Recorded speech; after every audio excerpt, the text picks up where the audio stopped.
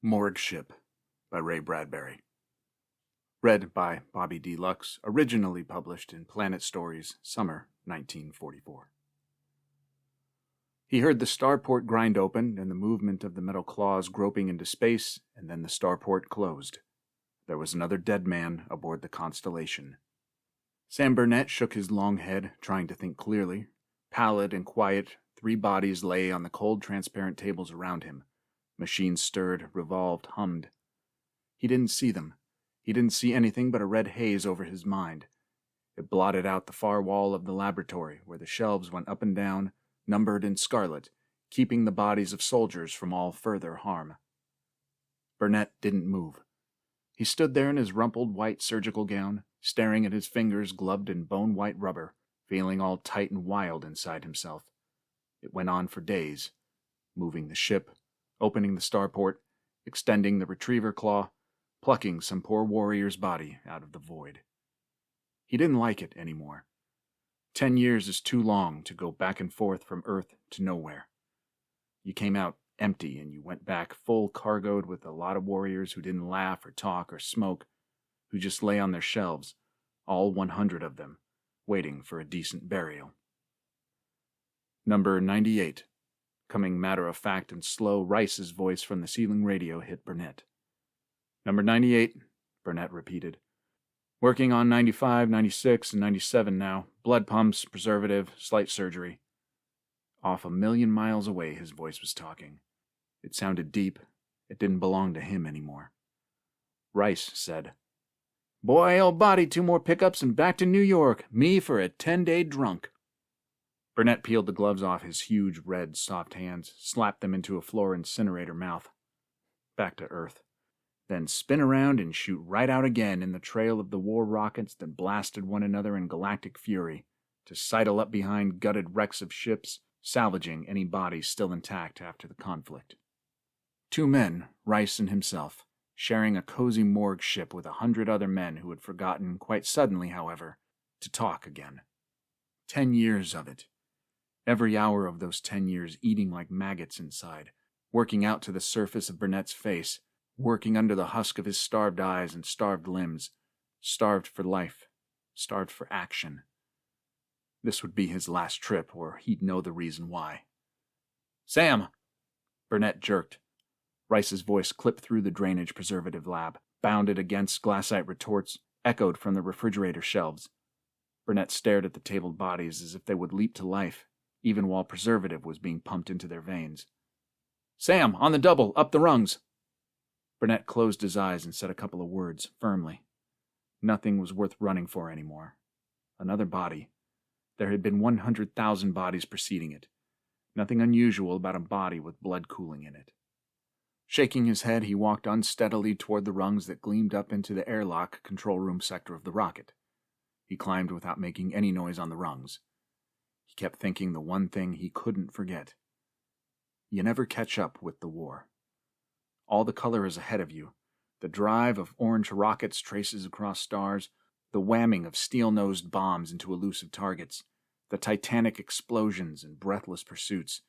The flags and the excited glory are always 1,000,000 miles ahead. He bit his teeth together. You never catch up with the war. You come along when space has settled back, when the vacuum has stopped trembling from unleashed forces between worlds. You come along in the dark quiet of death to find the wreckage plunging with all the fury of its original acceleration in no particular direction. You can only see it. You don't hear anything in space but your own heart kicking your ribs. You see bodies, each in its own terrific orbit, given impetus by grinding collisions, tossed from motherships and dancing head over feet forever and forever with no goal. Bits of flesh and ruptured spacesuits, mouths open for air that had never been there in 100 billion centuries. And they kept dancing without music until you extended the retriever claw and culled them into the airlock. That was all the war glory he got. Nothing but the stunned, shivering silence, the memory of rockets long gone and the shelves filling up all too quickly with men who had once loved laughing. You wondered who all the men were and who the next ones would be. After 10 years, you made yourself blind to them. You went around doing your job with mechanical hands. But even a machine breaks down. Sam! Rice turned swiftly as Burnett dragged himself up the ladder. Red and warm, Rice's face hovered over the body of a sprawled enemy official. Take a look at this. Burnett caught his breath. His eyes narrowed. There was something wrong with the body. His experienced glance knew that. He didn't know what it was. Maybe it was because the body looked a little too dead. Burnett didn't say anything, but he climbed the rest of the way, stood quietly in the gray metal airlock. The enemy official was as delicately made as a fine white spider. Eyelids closed were faintly blue. The hair was thin silk and strands of pale gold, waved and pressed close to a veined skull. Where the thin-lipped mouth fell open, a cluster of needle-tipped teeth glittered. The fragile body was enclosed completely in milk-pale synthisilk, a holstered gun at the middle. Burnett rubbed his jaw. Well? Rice exploded. His eyes were hot in his young, sharp-cut face, hot and black. Good Lord, Sam, do you know who this is? Burnett scowled uneasily and said no. It's Lethla, Rice retorted. Burnett said, Lethla? And then, oh, yes, Crier's major domo, that right? Don't say it calm, Sam. Say it big. Say it big. If Lethla is here in space, then Crier's not far away from him. Burnett shrugged. More bodies, more people, more war. What the hell? What the hell? He was tired. Talk about bodies and rulers to someone else. Rice grabbed him by the shoulders. Snap out of it, Sam. Think! Crier, the Almighty in our territory. His right-hand man dead. This means Crier was in an accident too. Sam opened his thin lips and the words fell out by themselves. Look, Rice, you're new at this game. I've been at it ever since the Venus-Earth mess started. It's been seesawing back and forth since the day you played hooky in the 10th grade, and I've been in the thick of it. When there's nothing left but seared memories, I'll be prowling through the void, picking up warriors and taking them back to the good green earth. Grisly, yes, but it's routine. As for Crier, if he's anywhere around, he's smart. Every precaution is taken to protect that one.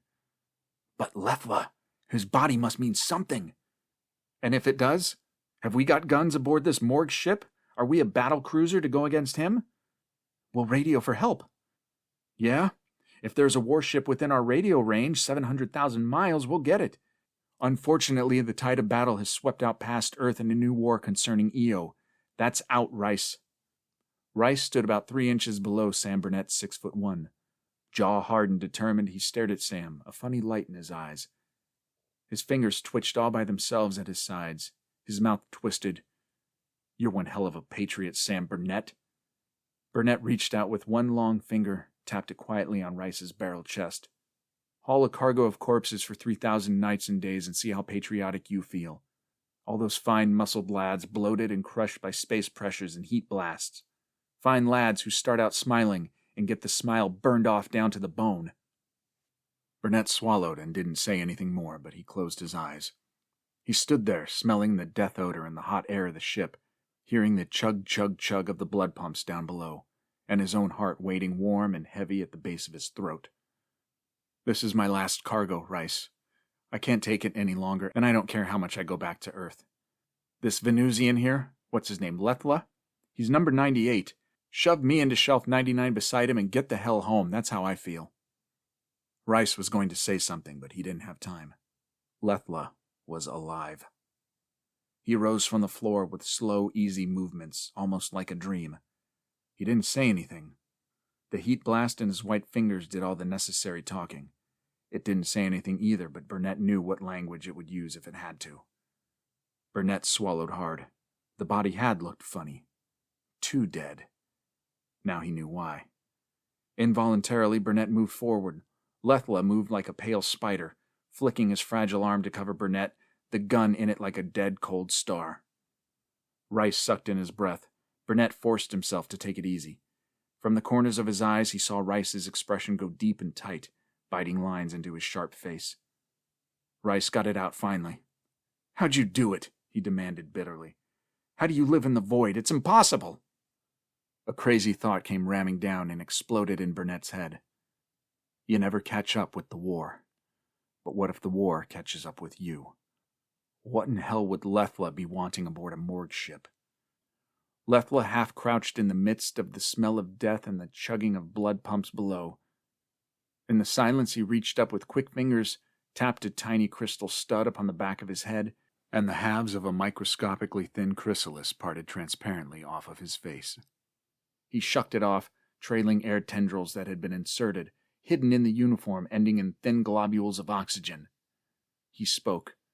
Triumph warmed his crystal-thin voice. "That's how I did it, Earthman." "Glassite," said Rice. "A face-molded mask of glassite." Lethla nodded, his milk-blue eyes dilated.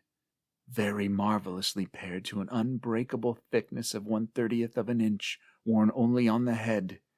You have to look quickly to notice it, and, unfortunately, viewed as you saw it outside the ship floating in the void, not discernible at all." Prickles of sweat appeared on Rice's face. He swore at the Venusian, and the Venusian laughed like some sort of stringed instrument, high and quick. Burnett laughed too, ironically. "First time in years a man ever came aboard the Constellation alive. It's a welcome change." Lethla showed his needle-like teeth. "I thought it might be. Where's your radio?" "Go find it," snapped Rice hotly. "I will." One hand blue-veined on the ladder rungs, Lethla paused. "I know you're weaponless. Purple Cross regulations.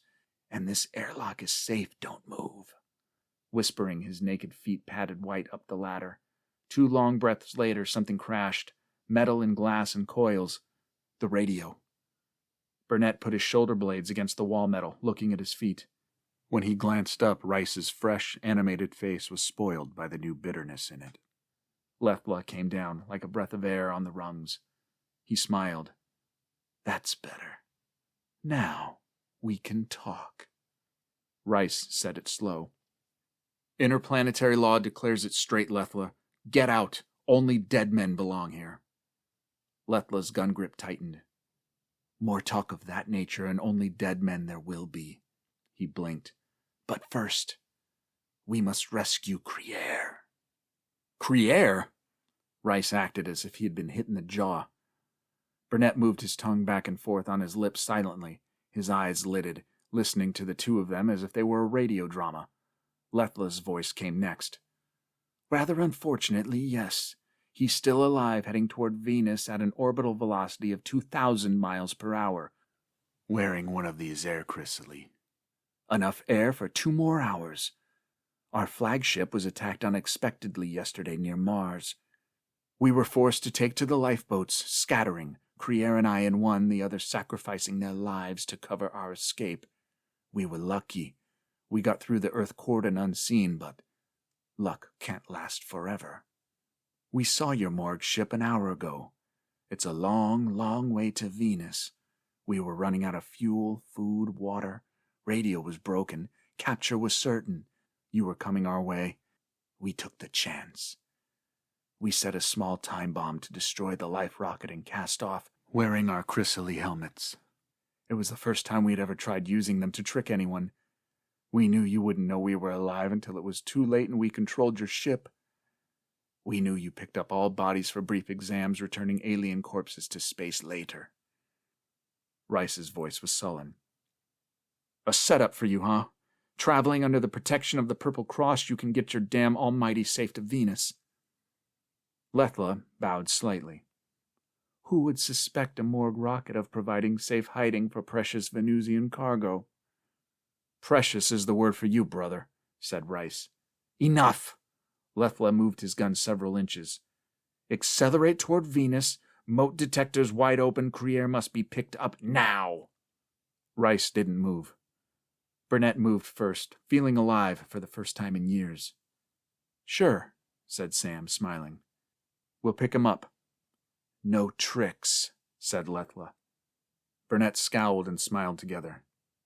"No tricks. You'll have Crier on board the Constellation in half an hour, or I'm no coroner." "Follow me up the ladder." Lethla danced up, turned, waved his gun. "Come on." Burnett went up quick, almost as if he enjoyed doing Lethla a favor. Rice grumbled and cursed after him. On the way up, Burnett thought about it.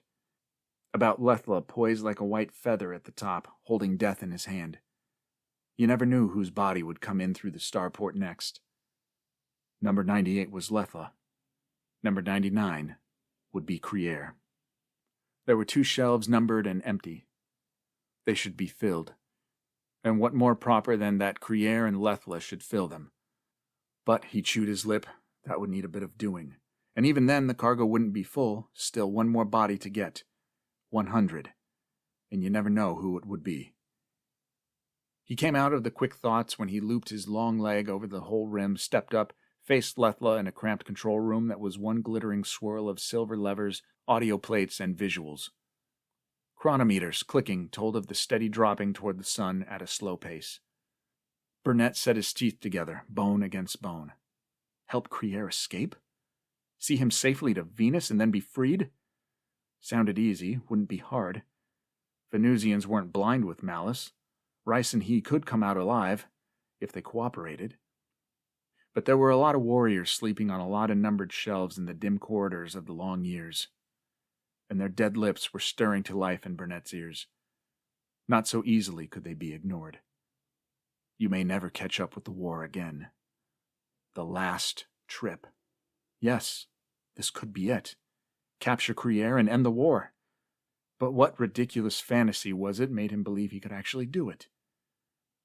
2 muscles moved on Burnett, 1 in each long cheek.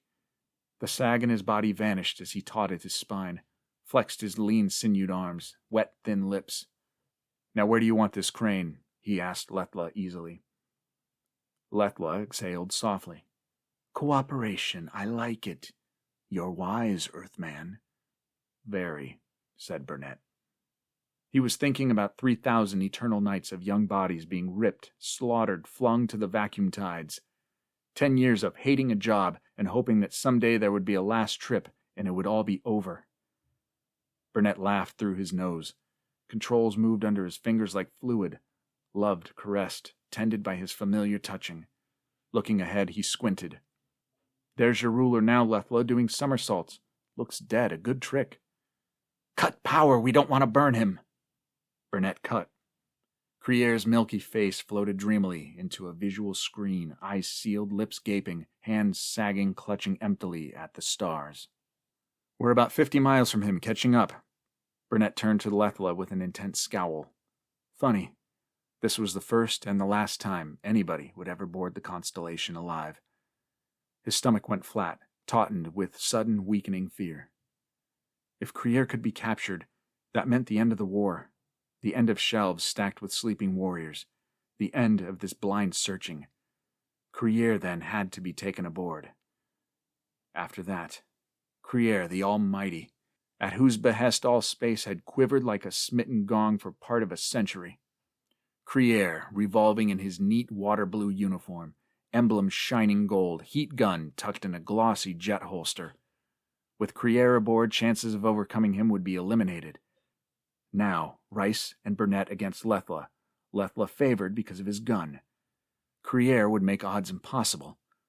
Something had to be done before Crier came in. Lethla had to be yanked off guard, shocked, bewildered, fooled. Somehow, but how? Burnett's jaw froze tight. He could feel a spot on his shoulder blade where Lethla would send a bullet crashing into rib, sinew, artery, heart. There was a way, and there was a weapon, and the war would be over, and this would be the last trip. Sweat covered his palms in a nervous smear. Steady, Rice, he said matter-of-factly. With the rockets cut, there was too much silence, and his voice sounded guilty, standing up alone in the center of that silence. Take controls, Rice. I'll manipulate the starport. Burnett slipped from the control console. Rice replaced him grimly. Burnett strode to the next console of levers. That spot on his back kept aching like it was a sear-branded X, for the place where the bullet sings and rips. And if you turn quick, catching it in the arm first, why... Crier loomed bigger, a white spider delicately dancing on a web of stars. His eyes flicked open behind the glassite sheath and saw the constellation. Crier smiled. His hands came up. He knew he was about to be rescued. Burnett smiled right back at him. What Crier didn't know was that he was about to end a 10 years' war.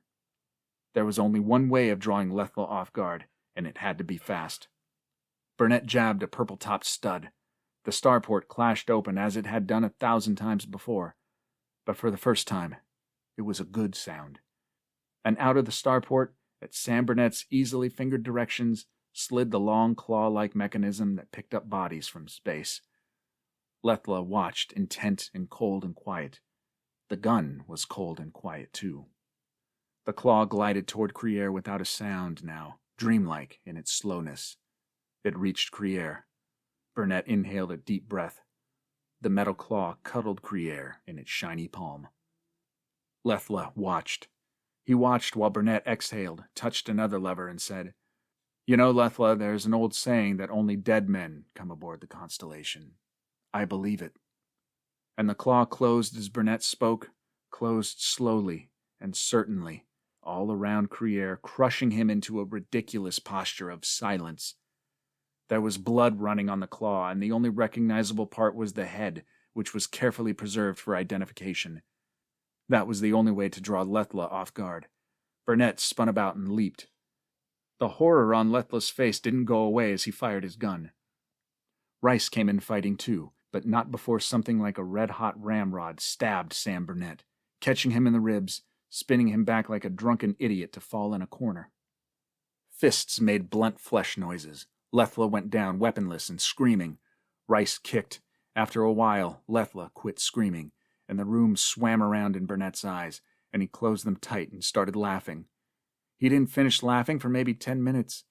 He heard the retriever claws come inside and the starport grind shut. Out of the red darkness, Rice's voice came, and then he could see Rice's young face over him. Burnett groaned. Rice said, "Sam, you shouldn't have done it. You shouldn't have, Sam." "To hell with it." Burnett winced and fought to keep his eyes open. Something wet and sticky covered his chest. "I said this was my last trip, and I meant it. One way or the other, I'd have quit. This is the hard way. Maybe, I don't know. Kinda nice to think of all those kids who will never have to come aboard the Constellation, though, Rice." His voice trailed off. "You watch the shelves fill up, and you never know who'll be next. Who'd have thought 4 days ago?" Something happened to his tongue, so it felt like hard ice blocking his mouth. He had a lot more words to say, but only time to get a few of them out. "Rice?" "Yeah, Sam?" "We haven't got a full cargo, boy." "Full enough for me, sir. But still not full. If we went back to center base without filling the shelves, it wouldn't be right. Look there. Number 98 is Lethla. Number 99 is Crier. 3,000 days of rolling this rocket, and not once come back without a bunch of the kids who want to sleep easy on the good green earth. Not right to be going back anyway, but the way we used to." His voice got all full of fog, as thick as the fists of a dozen warriors. Rice was going away from him. Rice was standing still, and Burnett was lying down, not moving. But somehow Rice was going away 1,000,000 miles. "Ain't I one hell of a patriot, Rice?"